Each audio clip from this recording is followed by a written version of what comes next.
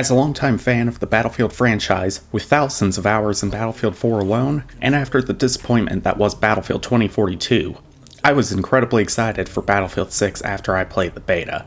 So, I picked up a physical copy first thing on release day, and I'm trying to race to be in the top 10 Platinum Achievers for Battlefield 6.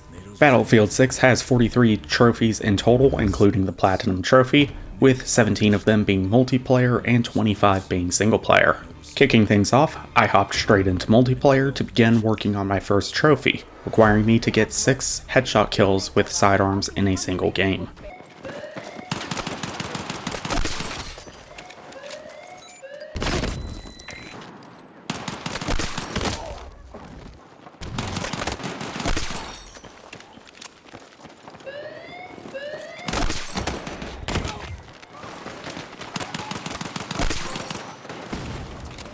After getting my 6th headshot kill, I was awarded the 1200 trophy. You may notice there's a mixture of bots and real players in the kill feed. That's because every single game I played in the process of getting the platinum was in real lobbies against real players. In the event not enough players did join, bots would fill in the remaining slots. I personally felt like it wouldn't be in the spirit of the challenge of trying to get the platinum as fast as possible to be using the portal function to play against just bots. So, every single game that I played in the process of getting the platinum was found via normal matchmaking or the server browser. Moving on, I then proceeded to go for the Super Bomb Man trophy in the Rush game mode. For this trophy, you have to either arm or disarm 5 MCOM systems in a single game. I would personally say this is one of the harder trophies to get in the game because it relies on either you playing on the offensive team, that the defense is disarming the MCOMs after you plant them so you don't run out of them as you're going through, and then if you're on the defense, it relies on you being able to successfully get in and disarm the MCOMs after they get armed. Something else you may notice is I'm still aiming and shooting at hostiles while I'm disarming the MCOMs here. That's because I play claw style, where I'm using my index finger to hit the square button, allowing me to keep using my right thumbstick to aim and shoot at hostiles while I'm doing so. Anyways, as I finish disarming this 5th MCOM here, I am given the trophy Super Bomb Man. A little later in the same game, once we get to the final sector of MCOMs, I decided to hop up on this turret up here and start trying to grind out a couple multi-kills for my next trophy 5x5, using the assault kit, having to score 5 multi-kills across any matches you play. I ended up getting pretty lucky as I was doing this, thanks to medics trying to revive one of their buddies down below, so I was able to score quite a few multi-kills without much issue, getting me my 5th and final multi-kill, giving me the 5x5 trophy. Once I finished out that Liberation Peak match, I hopped on to the Breakthrough game mode to begin working towards the Frontline trophy. I then also hopped up on Quad Bike and ran over a hostile for the Road Rash trophy, requiring you to get a road kill in multiplayer. I then partnered up with an IFV player in the match to slowly repair them over the course of the game, working towards the Wrench Monkey trophy, requiring you to repair 2042 damage. While on the turret of the IFE, I was able to get my 129th kill for the Punish trophy. Taking a quick little detour, I switched back to the support kit and gunned down 5 hostiles without reloading for the Heaven Weaponry trophy. Switching back over to the engineer once my IFE respawned, I was able to repair the last bit of damage I needed for the Wrench Monkey trophy.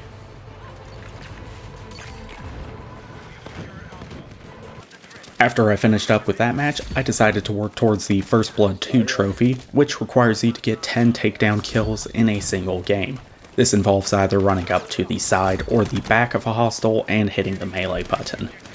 I did have a couple issues over the course of the game where my knife was just poking people instead of executing the takedown animation, but ultimately didn't give me too many problems. And once I ran up on this final player laying prone here and stabbing them, I was able to get the First Blood 2 trophy.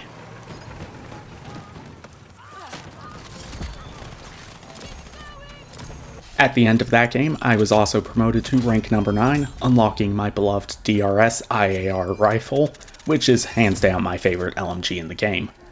What I should have also unlocked, but I didn't, is the Private First Class Montes trophy for reaching rank number 9.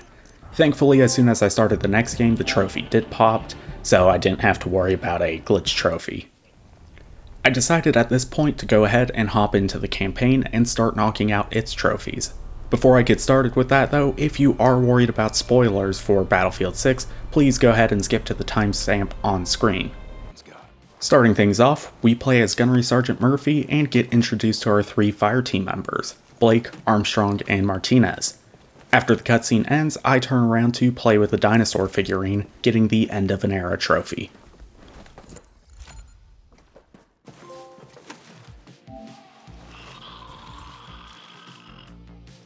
Anyone forget their dinosaur? After Pax Armada decides to attack the base that we're withdrawing from, we're finally given a gun and able to start fighting back.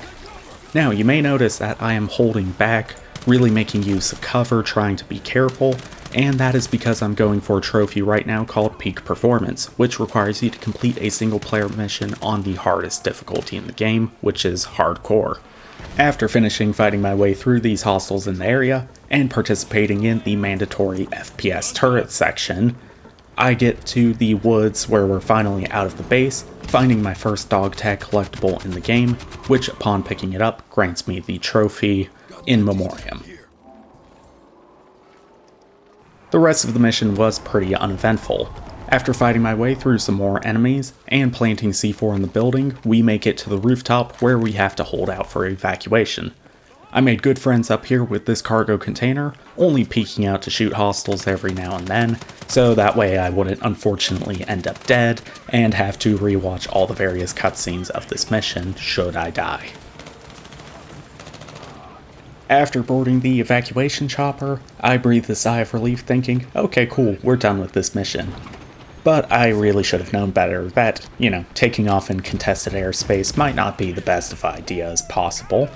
And to nobody's real surprise, we get shot down by a jet while attempting to flee the base.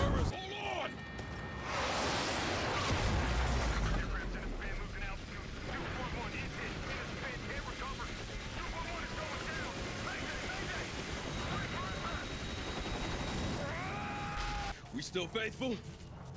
Always. On my lead. Get ready to fend. Let's give them hell. I can't help but feel like this sequence reminds me of something.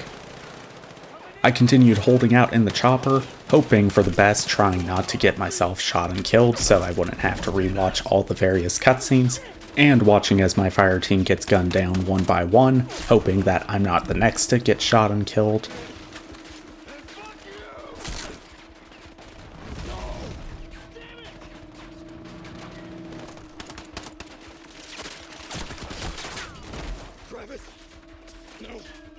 No, you're okay.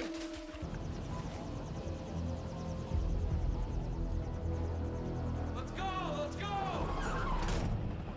As the cutscene wraps up, and I'm treated to an uncomfortably long black screen, I am given the trophy Stand Alone for completing the mission Always Faithful, and I am also given the trophy Peak Performance for completing any single player mission on Hardcore difficulty.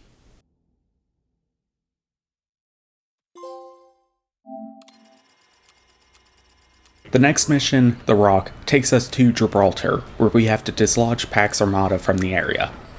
Now, I do want to take a moment here to talk about the visuals for Battlefield 6. The game really does look amazing, even on a base model PS5 that's running in performance mode. Like, this whole sequence, especially between The Rock and the next mission within Gibraltar, just looks stunning in a lot of different sequences, both in cutscenes and normal gameplay. During this mission, you're given a sniper rifle, which is perfect for the trophy Liquidator, requiring you to get 50 headshot kills in the campaign.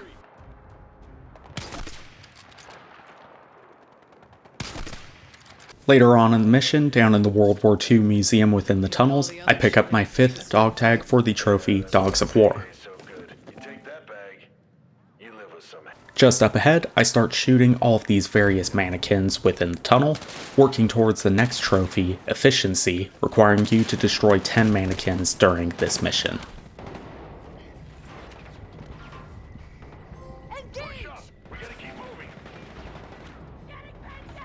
Shortly after exiting the tunnel, I headshot this hostile on the turret to get the Liquidator trophy.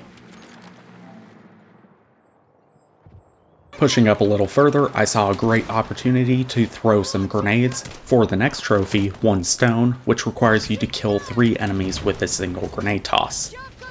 As I finished up the rock, I move into Operation Gladius, which starts us off in one of these Amtraks moving through the water. While I'm going through, I'm shooting various naval mines along the way for the trophy Deep 6, which requires you to destroy 3 naval mines. Much deeper in the mission, as we're assaulting City Hall here, I see a great chance to blow up this MRAP for the trophy Armor Annihilation, requiring me to destroy 10 vehicles in single player. As the ending cutscene for the mission plays, with yet another uncomfortably long black loading screen, I'm given the trophy Rock of Gibraltar for completing the rock and Operation Gladius.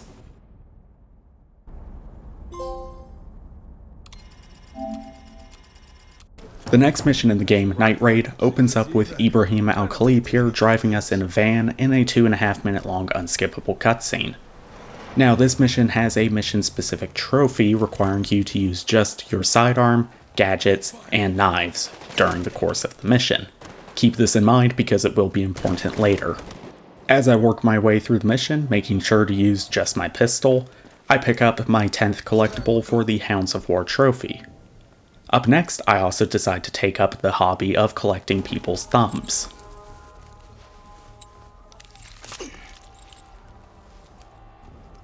Join the Marines, they said. You'll see the world, they said. I continue working my way through the mission, making sure to use just my pistol and throwing knives so I can get the Sidearm Savant trophy. A little later, I watch Lopez get shot by a sniper, where we have to defend him until extraction can arrive. This involves me, once again, using my sidearm and throwing knives only to deal with the hostiles, and shooting down a helicopter with an RPG, which is allowed for the trophy. As the extraction team rolls up and we leave, getting another cutscene, I'm awarded the trophy, Devil in the Dark, for completing the mission. But you might notice Sidearm Savant's missing. I don't know why this happened, but for whatever reason the trophy did not pop, so I'm gonna have to go back to that mission later. Luckily, the next mission, No Sleep, which takes place in Brooklyn, starts me off with a sledgehammer so I can take out my aggression on some people, getting me the trophy Looks Like a Nail for getting 5 kills with the sledgehammer.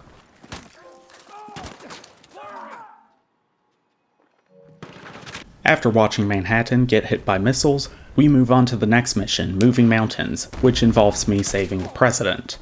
The mission-specific trophy here, Bullseye Blitz, requires me to get 6 headshots in a row on hostiles.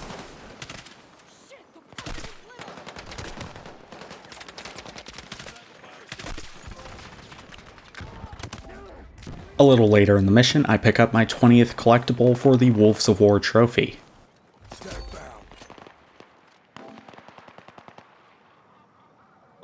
After getting some impromptu dental surgery from Kincaid, and watching him welcome Carter to the Forever Nap, I finish up the Moving Mountains mission, giving me the trophy Secret Service for completing No Sleep and Moving Mountains. Moving on, I go into the Nile Guard mission, which involves me dropping an overpass on top of a tank for the Roadside Assistance trophy. In this case, it looked more like I dropped a tank that was sitting on the overpass, but the trophy popped, so who cares really. After using the tank to blow up a bunch of enemy armor, and getting out on foot to rescue this heli pilot, I complete the mission for the High Roller trophy.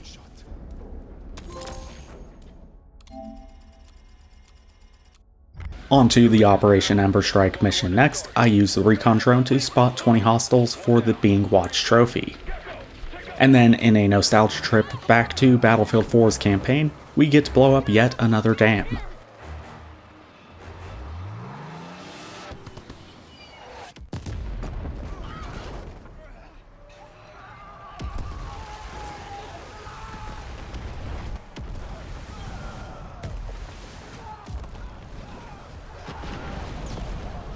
Yet another long black screen later, I am given the trophy Damned If You Do for beating the mission.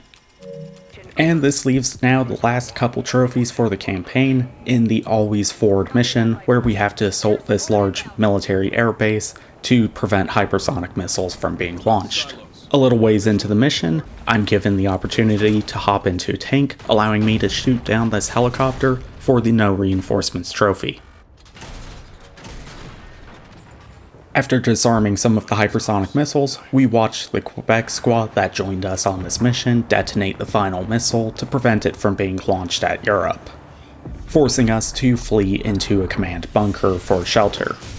As the cutscene finishes up, this gives me the chance to pick up the final collectible in the campaign for the Pack Leader trophy. Got an ID tag here.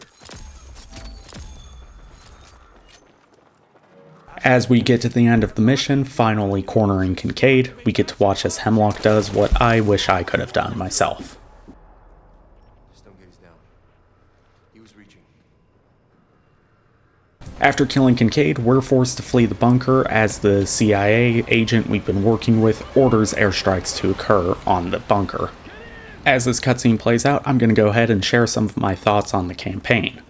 Overall, it was a pretty fun campaign to play through. Nothing overly special, but it definitely was not painful like some other first-person shooter campaigns have been in my experience. I would personally say it's not nearly as good as Battlefield 1's campaign, but overall, it was a pretty fun time to play through.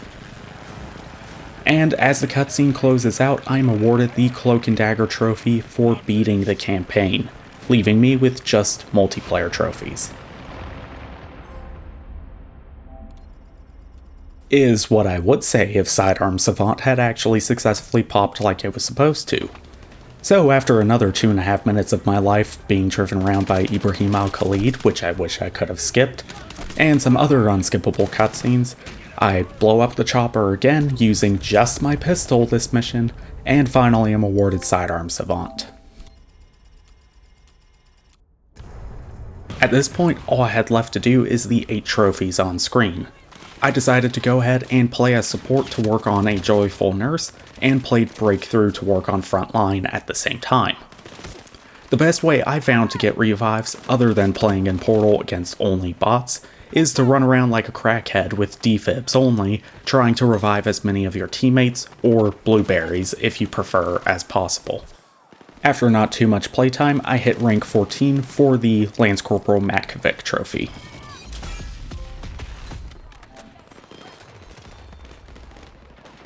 A couple matches later, I also picked up the Frontline trophy while on New Sobeck City for capturing or defending 41 sectors in the Breakthrough game mode.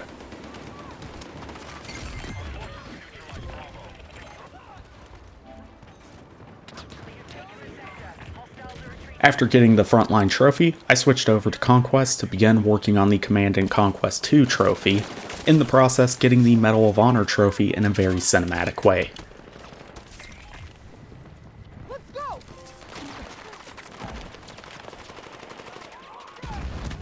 A few more games of Conquest later, I hit rank 25, giving me the Sergeant Redford trophy.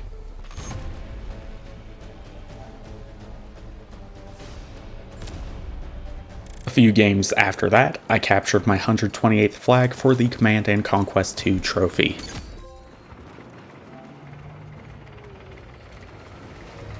At this point, I decided to flip back over to the Breakthrough game mode to work on getting revives and the sniper kills, taking a quick detour to get the assignment done for Recon to unlock C4 explosives, blowing up not only one tank, but quickly replenishing my C4 to damage this tank, giving me the little C4 knocking on your door trophy for dealing 2,000 damage to enemy vehicles with the demo charge. From here on out, I was switching between the support kit and the recon kit depending on which map I ended up on, working on Stoll's Donation, getting 250 sniper rifle kills as a recon kit.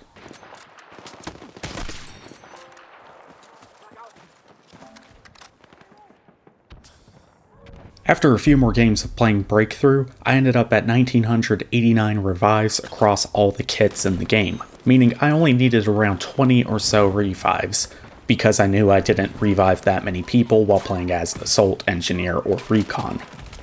To me, it really only does seem fitting that the final trophy I need for the Platinum requires me to play as the support kit. Since Battlefield 3, support has always been my favorite kit to play, It's kind of a cool thing to see how the kit has really evolved over the course of Battlefield's lifetime. Starting in just Battlefield 3 as being the people who could use light machine guns, putting down suppressive fire and giving ammo to teammates, but since Battlefield 2042, also giving the support kit defibrillators and the ability to provide health to their teammates, changing the support role into being very focused on supporting your team, and changing the assault kit away from being focused on having to do reviving as well as having the assault rifle class, to now being entirely focused on combat capabilities. But as I worked through reviving more and more teammates, I was counting up, wondering with every time I revived a teammate, which one is going to be the one that pops the joyful nurse and finally give me the platinum trophy. But finally, once I hit revive number 2005, it happened.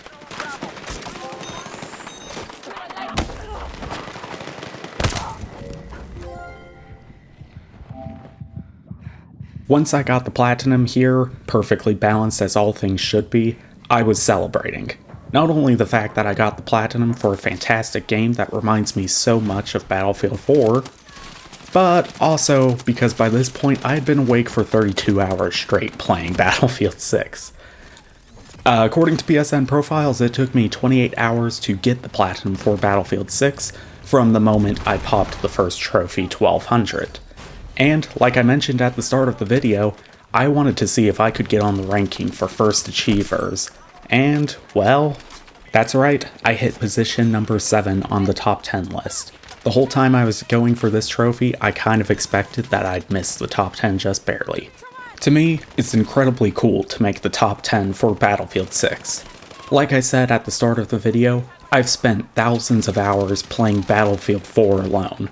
Not to mention all the time spent playing Battlefield 3, Battlefield 1, Hardline, and getting the platinum for 2042 on my main account, which was a painful experience, I'll be honest. So, not only is it an awesome feeling seeing that I made the top 50, but I even hit the top 10 first achievers for Battlefield 6. Battlefield 6 is an amazing game that if you love first-person shooters, I would say is well worth playing. If you've made it this far in the video, I want to say thanks for taking the time to watch. Up next, I'm going to be making a video on what's probably the hardest platinum I've ever done, ready or not. If you like the video and want to see more, please subscribe and leave a like on the video as it really does help me out a lot. If there's any games you would like to see me do next, please let me know down in the comments below. Thank you very much for watching.